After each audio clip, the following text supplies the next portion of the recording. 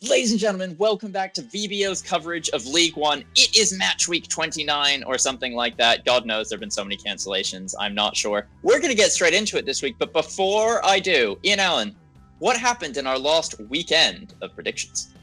More misery for me, Thomas, is what happened. More misery. And let me just say, first of all, you are a chump because I told you to go for Doncaster and you didn't. But despite that, your insanely mad pick of picking Burton against Hull paid off, as that was a deciding factor. And as you can see on my side, there's a lot of red. It's like an America Ryder Cup victory. Not a great week for either of us. But 4-3 to you, 11 all overall, and I think we're ready to jump into the first game. It's a doozy, Ian. Sunderland versus Doncaster Rovers. Or Bells. Where do we start with Sunderland? We haven't filmed one of these, right, in a week, so I'm a little bit out of touch. But I feel like the last time I just started screaming, I don't want to deal with them anymore because I don't know who this team is anymore. Yeah, I've never known. You were a bit foaming at the mouth, but they continue to baffle everybody. Milton Keynes Dons, they have a game where they're up and then down and then manage to nick a draw. Shrewsbury, they go 1-0 up, they lose 2-1. I didn't think Lee Johnson was the right man for this job, and nothing's telling me that he's going to be there very long. No. The weight of expectation from Bristol City to Sunderland is ginormous. Even though Bristol City have been knocking on the door for the Premier League for the last God knows how many years, Sunderland's expectation is we need wins 6 years ago. Yes. No, 100%. Sunderland fans, as always, tell us how you feel, because I am 100% out on predicting wins for you because it's stupid to do it. They won't comment. It's all right. They like to keep their powder dry. But then Doncaster broke the streak, Thomas. They broke Oxford's hearts and minds. Yes, they really did. Oh God, it was a frustrating game. We talked about it a lot. Oxford both sides played really well, but Oxford played really well, and it's another one of those ones where we played well and lost. We threw the game away, but Doncaster were clinical, very, very good going forward, excellent in defence. All the Doncaster fans were telling me how they like to evolve and they like to adapt to whoever they play against. So what the hell went wrong against Fleetwood? Both of us did the same thing. We checked the score. Doncaster were 1-0 up, and then I get on today to chat to you and talk about any results I missed, and it turns out Doncaster lost 3-1 inexplicably. Yeah. Was Joey Barton on the sideline beating people up? Did he? I don't know. I'm gonna go with the Doncaster result this week being a total aberration, much like I went with the Oxford result last week being understandable. I did say in our predictions both of these teams were due a loss, and they were both due a loss because their winning runs are ridiculous. So, what's your prediction, Ian? I'm going to go for a Doncaster win. I think that I always back Sunderland and they never give me anything, so let's back against them for once. So I'm going to go for a Sunderland 0, Doncaster 2. I am going to go with a 3-1 Donny win. It's two of the best defences in the league, but Doncaster are two of the best three defences in the league. The best defence. We're not going to talk about that, but Doncaster have a much better attack than the Sunderland team. Athletic Football Club Wimbledon versus Rochdale. Your beloved Rochdale were rotched at the Dale this week. They lost 4-1 to MK Dons. It did. That is debilitating. It was. And that's back-to-back poor showings at home. 2 home games, one against Charlton, one against MK Dons.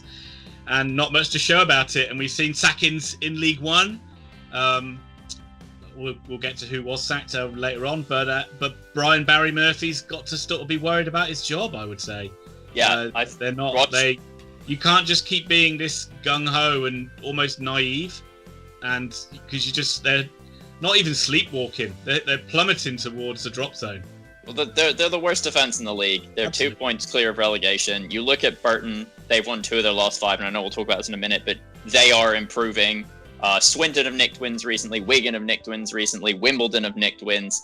And you gotta be worried about a Rochdale side that they conceded 4 to MK Dons. Do MK Dons even take 4 shots in a match? I mean, I love MK Dons, but They don't tend to get a lot of clear-cut opportunities. They tend to play it around the back. Strike force, Tom. They get this smashing them in. Greg, now they got Greg and Cameron Jerome. Hey. Nothing can stop now. But anyway, we're not here to talk about MK Dons. We're here to talk about Athletic Football Club Wimbledon and 3-2 win. Yeah, very, very good win for them against Wigan. I don't think they got much last night though. Didn't play last night. Exactly. That's why they didn't get much. They didn't get much last night. But yeah, coming up, there was a much-needed win. Obviously, they got rid of their manager, Wally Downs, and they needed something. It's the first win in ages that they've had, and it just keeps their nose above water, which is what they're very good at, is just sort of somehow doing enough to survive. And this is a massive 6-pointer for both sides, but I'm throwing it to you, sir. 1-0 to the Amateur Football Club. Yeah, I don't want Rochdale to win. No, don't edit that out. I don't want AFC Wimbledon to win. I want Rochdale to win. So I'm going to go for a Wimbledon 1, Rochdale 3. Ooh, goals. I mean, to be fair, I've got 1-0. Goals. Go. Goals. Blackpool versus Peterborough United. Oh. Will it go ahead? I have a feeling this one will be called off for weather. Their game against Burton last night was called off like virtually at kickoff. The referee got all the way there. You know what? I don't fancy it now, lads. I've had it, boys. It's bloody freezing, and it's wet, and it's cold. To those ladies of the night. That's nothing to do with the game. That's just what I'm doing after this. Yay! Lads. But you don't know what's going to expect in this one.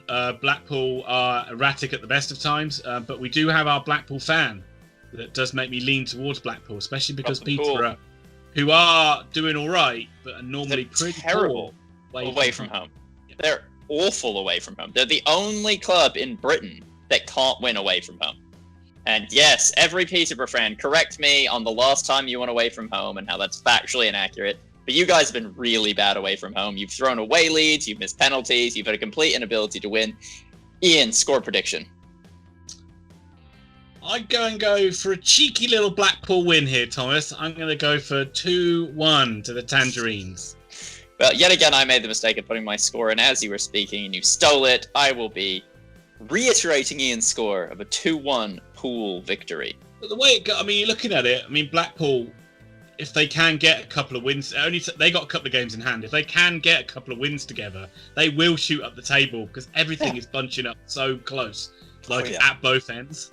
Oh, Blackpool and Plymouth to me are almost the same side, and that every year, and Ipswich to a certain point, I'm like, you guys could do really well.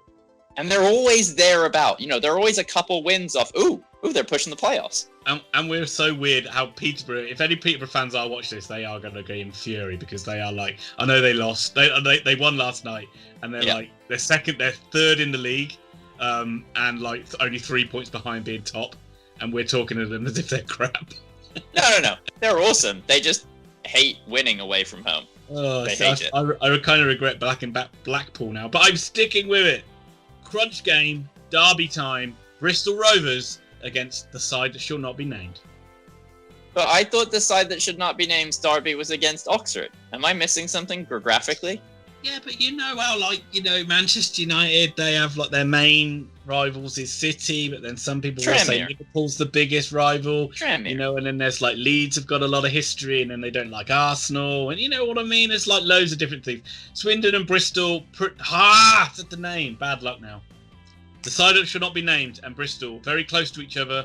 There's no love lost between that side and the Bristols. Well, Ian.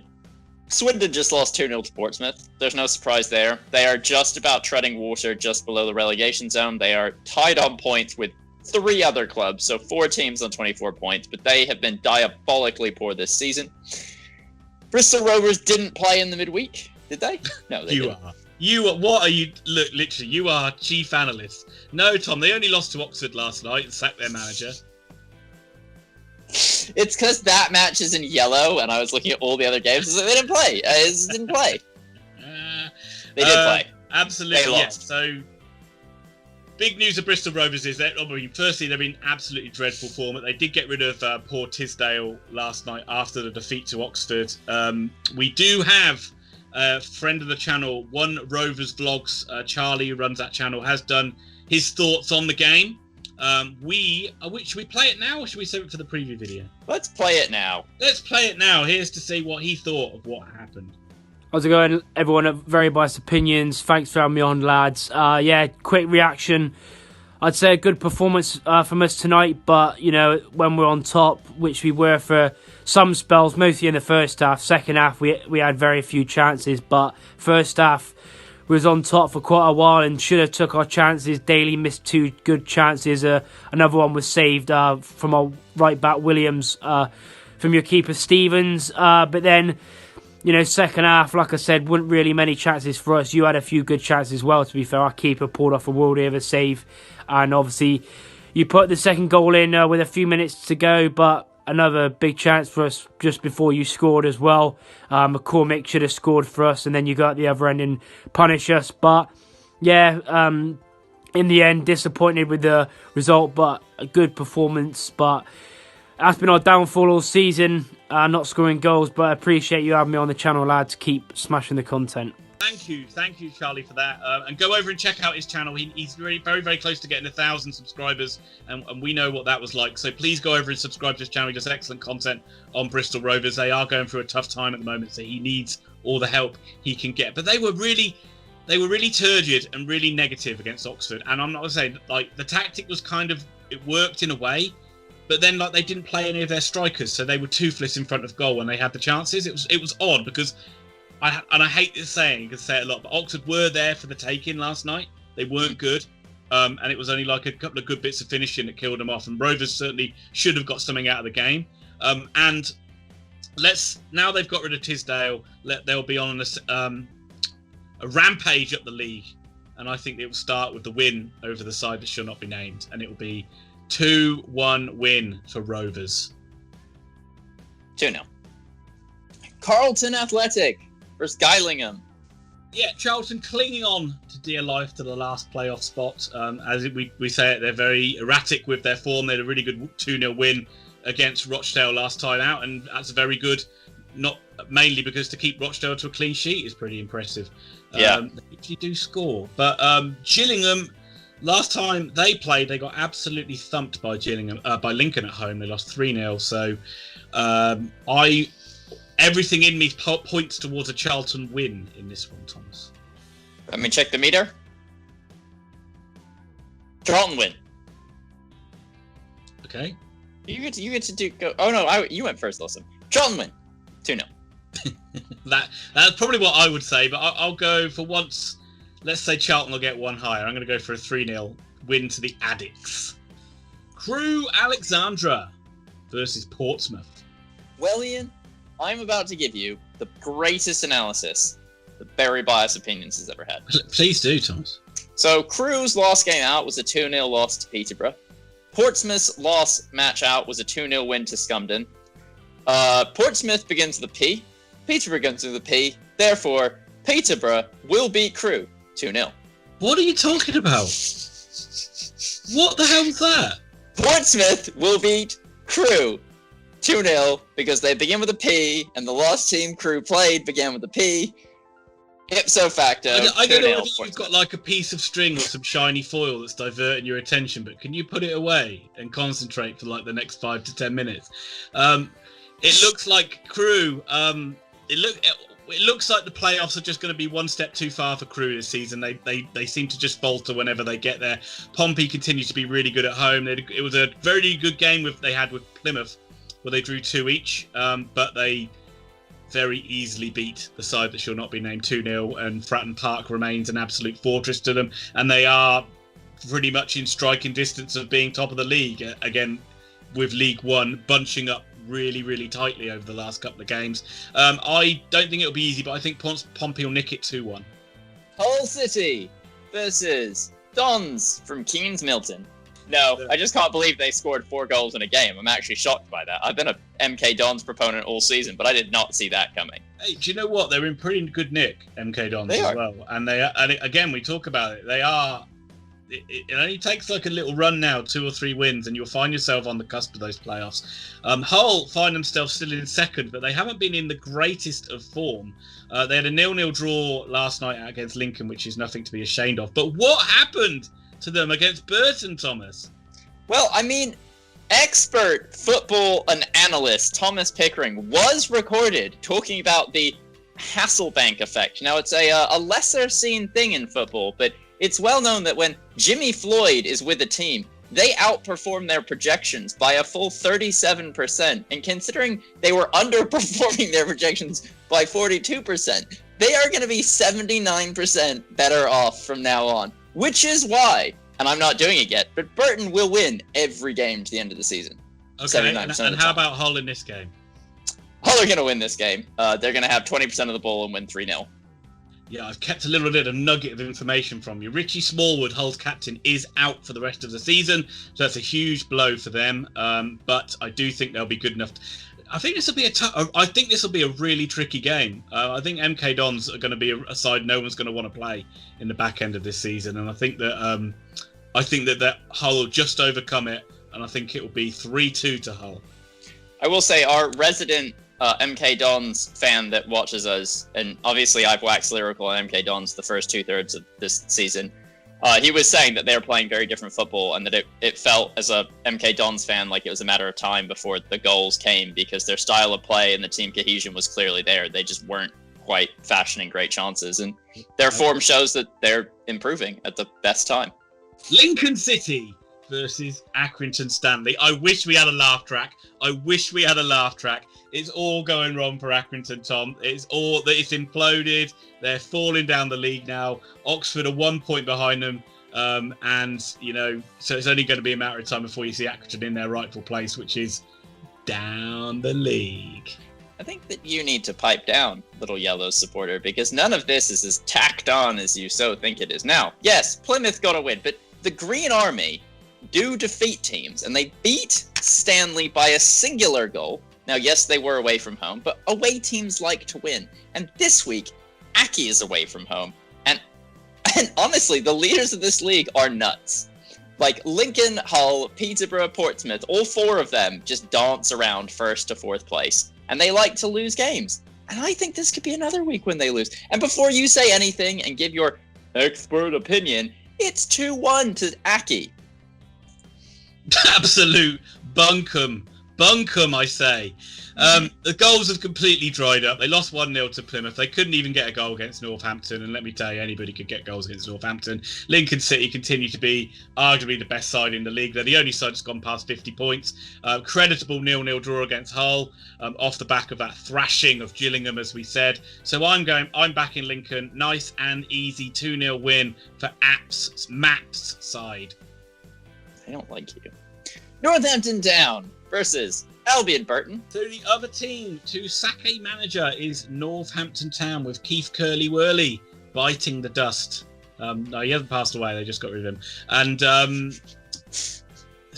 I think that's a perfectly good time for Northampton to do it. They've been in dreadful form.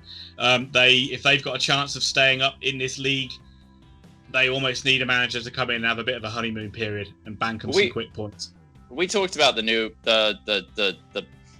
manager bounce, right? And this is the time when you need a manager bounce. Not November, not when you've just drawn 0-0 with Man City. West Bromwich Albion, fools! But this is when you need the bounce. And we saw Northampton play well earlier in the season. This is the best time to do it. They're tied on points with 3 other teams. Mm-hmm. And then you've got Wimbledon 1 point above that, and Rochdale 1 point above that. Like, there's 3 spots going for 6 teams right now. And they probably fired their manager at the right time, but I don't think they're going to win this, because Burton are looking like the team we thought they'd be all season. They've got a couple wins in the last 3. Floyd Hasselbank has definitely steadied the ship for them. They're conceding less goals. They're scoring, and they beat top of the league a week ago. It certainly did. They certainly beat the top of the league one of the top sides to 0 as well. Yeah, which is very impressive. But I'll let you, unless you have something else to add, do your score prediction first. Yes, Burton there's still 5 point gap they need to overcome, but as you said, 2 wins out of the last 3 games is a fantastic return so far. I think I'm going to have to back Burton again. Northampton haven't shown anything that they can get any points, and I'm on the I'm on the Floyd Hasselbank train now. Northampton 0. I'm going to go for a 2-0 Burton win. 3-0. Plymouth Argyle. Green Army. There we go. Versus Fleetwood Town. Oh, got it. It's happening again. I thought we were done with this. You haven't got a little funny little thing to say for Fleetwood? Thought we were done with Fleetwood Town. I thought it was over. I thought they were getting relegated. Their fans were going nuts. They sacked Chet Evans, got rid of their director of football, got rid of Joey Barr. They were on their way down. And they beat Doncaster 3-1. They did. What a shock. 3 late goals as well, wasn't it? To be 1-0 down. I mean, did Doncaster just did they drug them? I believe they rolled over and died is the accepted vernacular for that situation. A real out of the blue win for Fleetwood. I mean, that's the first time they've won a game for bloody ages as well. Yeah, yes is my only answer to that. But they had been, outside of the loss to Oxford, they'd been on a pretty decent drawing run. They had been settling the ship a little bit, and they're, as we said, they're way too good to be where they were. They were a playoff team last year. It's a little bit of a hangover, and the Joey Barton effect of sacking your best striker the third of the way through the year. I think they're probably going to be too strong for the Green Army, personally. No, I don't know why. No. All right. Well, your prediction first, please. They're literally almost equal on points. I think Plymouth are really good. I think I know they had that good win against Doncaster, but Plymouth are really, really, really good form. They're playing really well. They haven't lost a game for ages. It's a really good win last time out against Aki, as you said. They're getting, and they play better football at home park than they do away. But they've had 2 good away results lately. I think the momentum carries on here, and I see Plymouth winning. I think it'll be a 3-1 win for the Green Army. Green Army. 2-0 Fleetwood. Shrewsbury Town versus Ipswich Town. Shrewsbury Town, the conquerors of Sunderland, play host to Ipswich Town, the losers against Posh. This entire prediction is going to be done in this voice scene. Shrewsbury Town have completely outdone themselves with this 2-1 victory over Sunderland. They are looking not to be relegated anymore, but they are the bottom of the middle of the table as far as I'm concerned. They offer very little despite a good run of form recently. In comparison, Ipswich Town are basically the schizophrenics of the league. They have multiple personalities, they're not quite sure who they are, and they're going to win, lose, or draw, but they're not really. They don't know, and neither do we. Therefore... You do that voice when you don't care, don't you? 1-1 draw. There we go. I thought every time, there's always so many false dawns with Ipswich. They get a good win, 2-0, then they go a goal up against Peterborough, and it's Norwood, and you think, okay, great. You know, if he's back in the goals, they've got a chance of turning the season around. What happens? End up losing. It's Shrewsbury have been in far stronger form than Ipswich as of late. They're just recovering from a really poor start to the season. And I think Shrewsbury will win this game. I'm going to go for... I haven't got any draws so far. Maybe I'll do it for the last game. I won't do it for the last game. It will be Shrewsbury Town 2, Ipswich Town 1. Well, we thought the bubble had burst, Thomas. We thought that the season was over, promotion was over, but they got back on track. And now they head into this very winnable game against one of the basement boys of the league. That's right! It is time for the main event. Oxford United versus Wigan Athletic. Thomas, you're going to back Oxford here, aren't you? Yes. You're a fool. You're a fool. And once again, I have to literally just throw myself to my knees in front of you and just say, Oxford lost 7-0 the last time they played at home against Wigan. Okay. That shows me all I need to know, that you are crazy. And When did that happen? You, Remind me. I absolutely beg you to back Wigan Athletic in this game, because if Oxford, even if they lose 6-0, that shows that they've improved. But you've got to say Wigan and firm favourites to this one. You should be going for them. No. I'm going for an Oxford win, but feel free to elaborate on this mad nuts thing that you have to do. I was in the stadium, Thomas. I was in the stadium on Boxing Day on that day, and they were so much better for Oxford. And I know that's like a few years ago, but surely the scars still remain. Oxford United are one of the classiest units in the league right now. They're still playing some of the best football. They ground out a win against Bristol City. Wigan Athletic have been nothing short of dreadful for the last 3.5 months. They've won 1 game in their last 10 or something ridiculous. They've shipped 47 goals this season, which is almost as many as Oxford United have scored. They've scored less than Oxford United have conceded. I don't see it, Ian. I don't see it. Good win last night for Oxford. They had to battle hard for it. They obviously, we talked about the game they lost against Doncaster, but the two loanee signings getting the goals in Elliot Lee and Barker, forget his first name, Brandon Barker, getting a really good goal at the end. And it felt like a bit of a smash and grab, if I'm perfectly honest, because it was a very disjointed performance. There's injuries to players as well. Henry's got a bit of a dead leg. Long might have pulled a hamstring. But we will talk about all of those things and more. And Thomas will do his research on Wigan, and he'll soon realise why he's foolish to back against them in this game for our preview show on Friday. So make sure you check that out. And there'll also be anybody that did send in their prediction videos. They will be on that video as well. But to cut a long story short, I think Oxford are going to win 4-0. I don't even know what I'm listening to anymore. The ravings of a lunatic. Oxford United to win 3-0.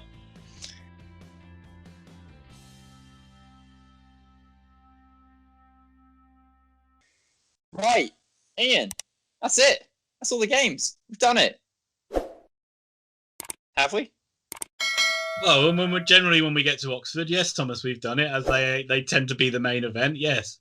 Excellent. Right, well, I'll close this out by thanking everybody who's just watched that. Please smash the like button, hit subscribe, get your aunt, your grandmother, your grandfather, your nephew, your godson twice removed to hit the like button, hit the subscribe button, check out our social media. If you love League One football, please send us your predictions for Oxford United matches. Every Friday the video comes out, so if you send them to us by Thursday at lunchtime, they will be included. Any later than that, and I can't guarantee anything. Thank you for watching. Thank you for being here. Ian, your final thoughts. You've said it all, Thomas, really, really well. So I'm just going to say thank you, and we will see you very soon.